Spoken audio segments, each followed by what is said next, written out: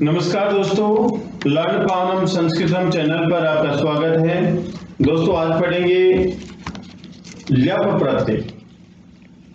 हमने पिछली क्लास में पढ़ा था तुमुल प्रत्यय और कर्तवा प्रत्यय।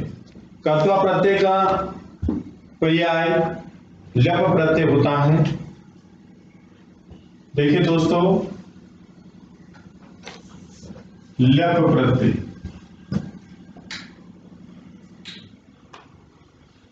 ल्यप प्रत्यय का पे और आधा ले इनका लोप हो जाता है। लोप धातु के साथ जोड़ते हैं तो केवल ये शेष रहता है, केवल ये शेष रहता है, ये शेष रहता है। ल्यप प्रत्यय का प्रयोग किया जाता है कर या करके के अर्थ में। कर या करके के अर्थ में ल्यप प्रत्यय का प्रयोग किया जाता है। जैसे सम उपसर्ग है पट धातु और ल्यप प्रत्यय। ल्यप प्रत्यय का मतलब धातु के अंत में ये जोड़ दीजिए, आप धातु के अंत में ये जोड़ दीजिए। अब ठे यहां पर आधा है तो ये आधा ही रहेगा। तो और मैं है, इसके स्थान पर मैं के आगे यदि कोई व्यंजन होता है तो मैं के स्थान पर अनुस्वार हो जाता है। जैसे मैं के आगे व्यंजन है पे, तो मैं के स्थान पर यहाँ पर अनुस्वार हो जाएगा और पे आधा ठे और ये संपट्ठे। संपट्ठे का मतलब होता है पढ़कर, पढ़कर। संपट्ठे का मतलब पढ़कर। तो क्या देखा हमने कि ल्यप प्रत्यय में सबसे पहले होगा उपसर्ग, फिर धातु और फिर ल्यप प्रत्यय। तो ल्यप प्रत्यय का बनाने का नियम क्या है? उपसर्ग होगा सबसे पहले, तो फिर धातु। कौन सी धातु? मूल धातु और ल्यप प्रत्यय। ल्यप प्रत्यय का मतलब होता है ये, इस मूल धातु में हम ये जोड़ देंगे तो हमारा ल्यप प्रत्यय बन जाएगा। संपट्टे का मतलब पढ़ करके। जैसे नेक्स्ट है सम धन भू धन ल्यप। तो देखिए सम मैं के आगे व्यंजन है तो मैं के स्थान पर क्या लिखेंगे? अनुस्वार। फिर लिखेंगे भू और ल्यप का मतलब होता है ये, तो ये लिख देंगे। तो बन गया हमारा शब्द समभूये। समभूये का मतलब होकर।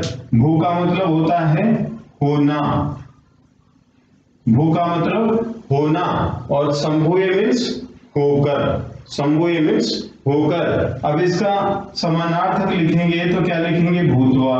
भू प्लस कर्तवा भूत्वा।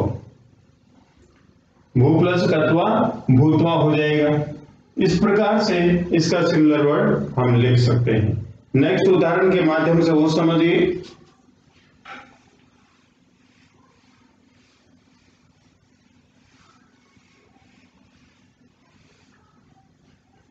ल्यप प्रत्यय का बस एक ध्यान रखना है, सबसे पहले उपसर्ग, फिर मूल धातु और फिर मूल धातु में क्या जोड़ेंगे हम? ल्यप। ल्यप का मतलब ये जोड़ेंगे। इस प्रकार से इसका निर्माण करेंगे। जैसे सम धन दृश्य धन ल्यप। ये है सम धन दृश्य धन ल्यप। अब देखिए मैं के आगे व्यंजन है तो ये बताया हुआ आपको कि से के ऊपर ये अनुस्वार आ जाएगा मैं के स्थान पर। अब शे आधा है तो आधा लिखेंगे, द्रे आधा शे। और ल्यप का मतलब होता है ये, तो ये लिख दिया संदृश्य। संदृश्य का मतलब होता है देख कर। और इसका समानार्थक शब्द लिखेंगे तो क्या लिखेंगे? दृष्टवा, देख कर। इस प्रकार से ल्यप प्रत्यय का समानार्थिक शब्द क्या होता है? पर्याय शब्द दृष्टवा होता है। ल्यप का पर्याय शब्द क्या लिखेंगे हम? ल्यप का पर्याय कर्तवा। इस प्रकार से हम आंसर देंगे। तो दोस्तों कुछ उदाहरण आपके सामने लिख रहा हूं तो हम ध्यान से देखेंगे। सबसे पहला है सम धन भू धन ल्यप। उप धन गम धन ल्यप, वी धन हा धन ल्यप, प्रे धन इक्ष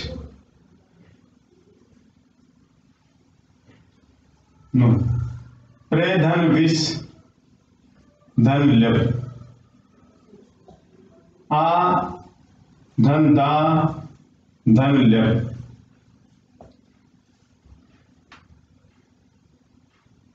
प्रे धन इक्ष धन ल्यप,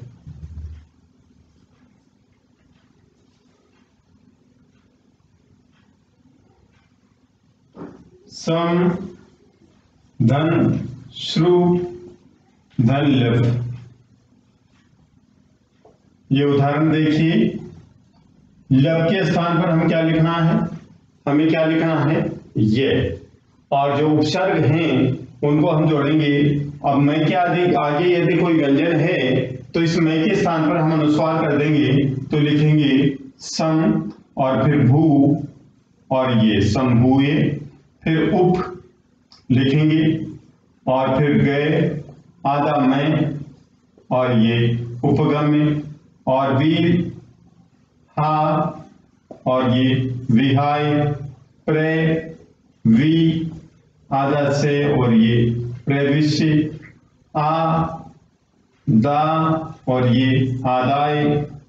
अब यहां पर प्रे, इसमें ए है और ई है, ए और ई को मिलाकर के ए बनता है गुण संधि, तो इसके लिखेंगे कैसे, प्रेक्ष्य, इस प्रकार से, प्रेक्ष्य मीन्स देख कर। अब यहां पर लिखेंगे सम और श्रुते, समश्रुते मीन्स सुनकर। तो देखिए संभूय होकर, उपगम में पास जाकर, विहाय छोड़कर, प्रवेश से प्रवेश करके, आदाय लेकर के, प्रेक्ष्य देखकर, समश्रुते, समश्रुते में सुनकर, समश्रुते सुनकर, प्रेक्ष्य देखकर, आदाय लेकर, प्रवेश से प्रवेश करके, विहाय छोड़कर, उपगम में पास जाकर, संभूय होकर। इस प्रकार से हम ये शब्दों का निर्माण करते हैं। ल्यप प्रत्यय के आधार पर ल्यप प्रत्यय का पर्याय होता है कत्वा प्रत्यय। तो दोस्तों वाक्य भी देखें, ल्यप प्रत्यय से पहले यदि कोई संज्ञा शब्द आता है कर्ता के अलावा, तो उसमें द्वितीय विभक्ति का प्रयोग किया जाता है।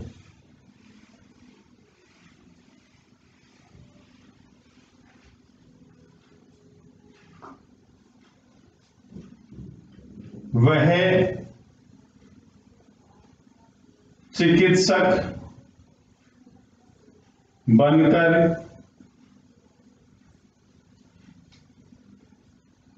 सेवा करेगा। तो वह प्रथम पुरुष एकवचन से क्या बनकर, चिकित्सक, तो लिखेंगे चिकित्सकम, चिकित्सकम बनकर, भू धन ल्यप धन, यहां पर सम उपसर्ग, तो लिखेंगे संभूय, से चिकित्सकम संभूय सेवाम करिष्यति। वह चिकित्सक बनकर सेवा करेगा। तो प्रथम पुरुष एकवचन है, संभूय ल्यप प्रत्यय से पहले मैंने बताया कि संज्ञा शब्द कुछ भी आएगा उसमें द्वितीय विभक्ति का प्रयोग किया जाएगा। जैसे वह चिकित्सक बनकर सेवाम करिष्यति, सेवा करेगा, वह चिकित्सक बनकर सेवा करेगा। मोहन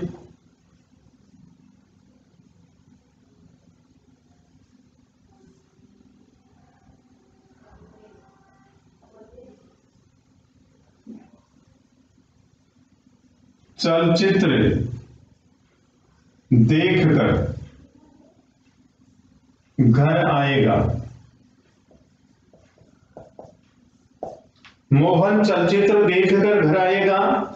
तो यहां पर मोहन करता है, तो प्रथम पुरुष एकवचन लिखेंगे मोहन है, और क्या देखकर, चलचित्र, तो लिखेंगे चलचित्रम देखकर वीक्षे गृहेम आगमिष्यति, आगमिष्यति। मोहने मोहन चलचित्रम चलचित्र वीक्षे, वीक्षे बनेगा वी उपसर्ग ईक्ष धातु और लभ प्रत्यय। वीक्षे, वीक्षे मीन्स देख कर, गृहम घर, आगमिष्यति आएगा, मोहन चलचित्र देख करके घर आएगा। इस प्रकार से इसका वाक्य बना। वीक्षे के स्थान पर हम प्रेक्ष्य भी लिख सकते हैं। प्रेक्ष्य का मतलब भी होता है देख कर, और इसके स्थान पर हम पर्याय शब्द लिखें तो दृष्टवा भी लिख सकते हैं। दृष्टवा का मतलब होता है देखकर, क्योंकि ल्यप प्रत्यय और कत्वा प्रत्यय एक दूसरे के पर्यायवाची होते हैं, तो कत्वा के स्थान पर हम ल्यप भी प्रयोग कर सकते हैं और ल्यप के स्थान पर कत्वा प्रत्यय भी प्रयोग कर सकते हैं। तो दोस्तों हमें ध्यान रखना है कि कौन सा प्रत्यय हमें पूछा गया है, उसी प्रत्यय का हमें जवाब देना है। लेकिन यदि हमें सेंटेंस बनाना है तो हम ल्यप और कत्वा प्रत्यय के स्थान पर किसी भी प्रत्यय का प्रयोग कर सकते हैं।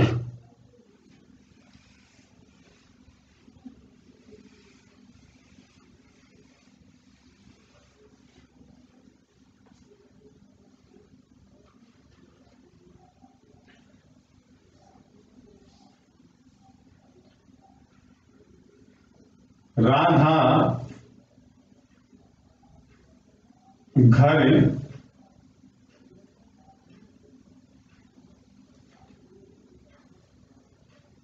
जाकर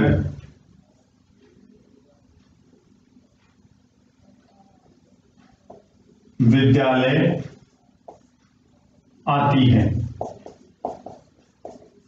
राधा घर जाकर विद्यालय आती है, तो सबसे पहले जाकर जाने की धातु होती है गम, इससे पहले सम उपसर्ग लगाएंगे हम और ल्यप प्रत्यय। इसका मतलब होगा संगम्य। संगम्य का मतलब जाकर, और कत्वा प्रत्यय बोले तो गत्वा। कत्वा प्रत्यय लिखें तो गत्वा। तो हम ल्यप प्रत्यय सीख रहे हैं, तो ल्यप प्रत्यय का उदाहरण हम यहां पर लिख चुके हैं। संगम्य, सम उपसर्ग है, गम धातु है, ल्यप प्रत्यय। और गत्वा देखें तो गम धातु और कत्वा प्रत्यय, तो बना गत्वा। तो देखिए दोस्तों, राधा गृहेम संगम्य, इसके स्थान पर आप गत्वा भी यूज कर सकते हैं। विद्यालयम आगच्छति,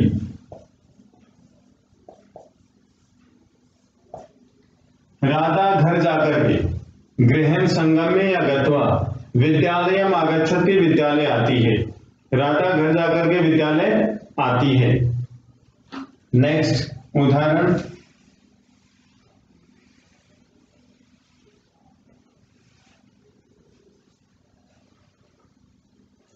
दिनेश दूरदर्शन देखकर घर जाता है। दिनेश दूरदर्शन देखकर घर जाता है। अब देखकर इसका हमें शब्द बनाना है। इसका शब्द बना वीक्षे भी बना सकते हैं, समदृश्य भी लिख सकते हैं, प्रेक्षे भी लिख सकते हैं और निरीक्षे भी लिख सकते हैं और दृष्टवा भी लिख सकते हैं। इन सब का मतलब होता है देखकर। सबका मतलब होता है देखकर, कुछ भी लिख सकते हैं। तो लिखेंगे आंसर दिनेश है दूरदर्शनम वीक्षे गृहेम गच्छति। दिनेश दूरदर्शन देखकर गृहेम गच्छति घर जाता है। तो इस प्रकार से हम वाक्य बना सकते हैं। दिनेश दूरदर्शनम समदृश्ये गृहेम गच्छति, दिने से दूरदर्शनम प्रेक्ष्ये गृहं गच्छति, दिने से दूरदर्शनम निरीक्ष्ये गृहं गच्छति, दिने से दूरदर्शनम दृष्ट्वा गृहं गच्छति। तो किसी भी शब्द का हम प्रयोग कर सकते हैं, जो हमें प्रत्यय पूछा गया है उसी प्रत्यय का प्रयोग करेंगे, लेकिन प्रत्यय नहीं पूछा गया है तो हम इनके आधार पर किसी भी प्रत्यय का प्रयोग कर सकते हैं। कर्ता और ल्यप प्रत्यय में से दोनों का अर्थ समान होता है दोस्तों। तो दोस्तों कुछ जैसे विज्ञाय का मतलब जानकर, वि धन ज्ञा, धन ल्यप प्रत्यय, मैं सत्य जानकर आ रहा हूं, अहम सत्यम विज्ञाय आगच्छामि, अहम मैं सत्य जानकर, सत्यम विज्ञाय आगच्छामि, सत्य जानकर आ रहा हूं। मैं राम के पास जाकर आता हूं, अहम रामम, अहम रामम उपगम्य, अहम रामम उपगम्य आगच्छामि, आता हूं, मैं राम के पास जाकर आता हूं। मैं घर में प्रवेश करके, मैं घर में प्रवेश करके खाना खाता हूं, अहम गृहं प्रविश्य भोजनम करोमि। लिखो ये वाक्य, मैं घर में प्रवेश करके भोजन करता हूं, ये वाक्य लिखिए। मैं घर में प्रवेश करके भोजन करता हूं, ये वाक्य है। तो लिखिए दोस्तों, अब इसका अनुवाद करेंगे। अहम घर में प्रवेश करके, बताया था घर में यहां पर अधिकरण कारक है, लेकिन इसके बाद में यहां पर प्रय उपसर्ग विष धातु और ल्यप प्रत्यय, प्रय उपसर्ग विष धातु और ल्यप प्रत्यय है। तो इससे पहले जो शब्द आता है उसमें हम द्वितीय विभक्ति लिखेंगे। तो क्या लिखेंगे? गृहं प्रविश्य, गृहं प्रविश्य, घर में प्रवेश करके क्या करता हूं? भोजनम करोमि, भोजन करता हूं। करोमि ये क्रिया धातु है और उत्तम पुरुष एकवचन है। क्यों? क्योंकि कर्ता भी उत्तम पुरुष एकवचन है, इसलिए क्रिया का प्रयोग भी उत्तम पुरुष एकवचन में किया जाएगा। और मैं घर में प्रवेश करके क्या करता हूं? तो कर्म कारक में द्वितीय विभक्ति का प्रयोग किया जाता है, और प्रवेश से जो ल्यप प्रत्यय है उससे पहले द्वितीय विभक्ति का प्रयोग किया जाता है। तो देखिए, अहम गृहं प्रविश्य, मैं घर में प्रवेश करके भोजनम करोमि, भोजन करता हूं। उपसर्ग का मतलब भी पास में जाकर के होता है। उपसर्ग पास जाकर के, विहाय छोड़कर, विहाय।